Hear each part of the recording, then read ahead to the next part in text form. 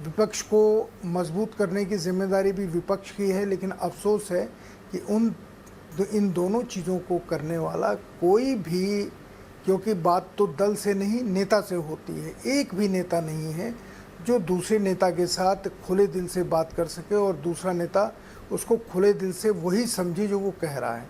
ये अंतर्विरोध है और इसीलिए हिंदुस्तान में विपक्ष नाम की चीज़ इस समय शून्य हो गई है।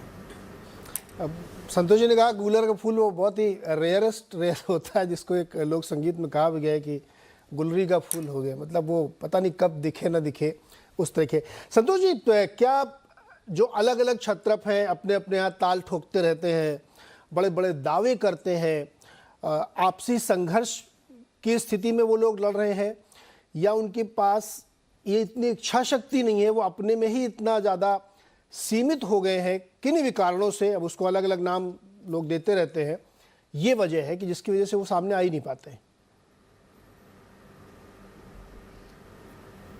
मेरा ख्याल है 2009 के बाद हिंदुस्तान में विपक्ष नाम की चीज़ लगभग समाप्त हो गई है।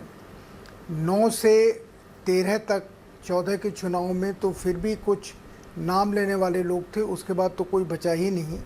प्रश्न सिर्फ ये है कि हो क्या रहा है कि जितने भी विपक्षी नेता हैं उनका अपना एक एक प्रदेश है और उसी प्रदेश को वो देश समझते हैं।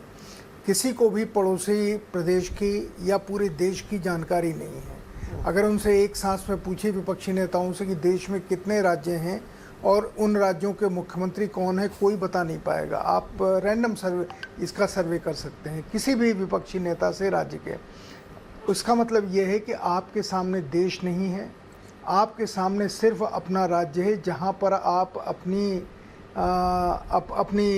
अपना राज्य फैलाना चाहते हैं। आपकी कोई इच्छा देश के सवालों के ऊपर बातचीत करने की नहीं। वो बातचीत भी करते हैं, आप कभी करेंगे तो अपने राज्य की समस्याओं को देश की समस्या बताते हैं, ऐसा नहीं है।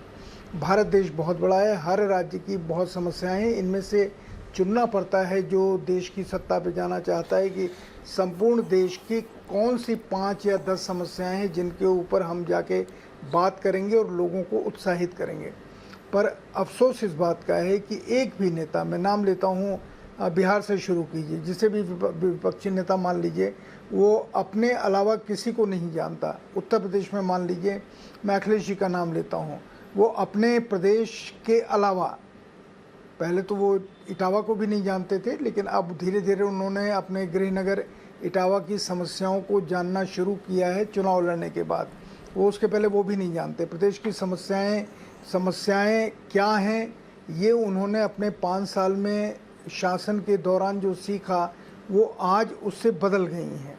तो मैं, और कहीं कहीं का भी ले लीजिए, अब दक्षिण में ले लीजिए, दक्षिण में चाहे तमिलनाडु में हो, चाहे इनके केसीआर का हो, कोई भी पूरे देश की बात नहीं करता, न भाषण में करता है, न ट्वीट में करता है, न इंटरव्यू में करता है, और जो करता है वो अधूरी करता है।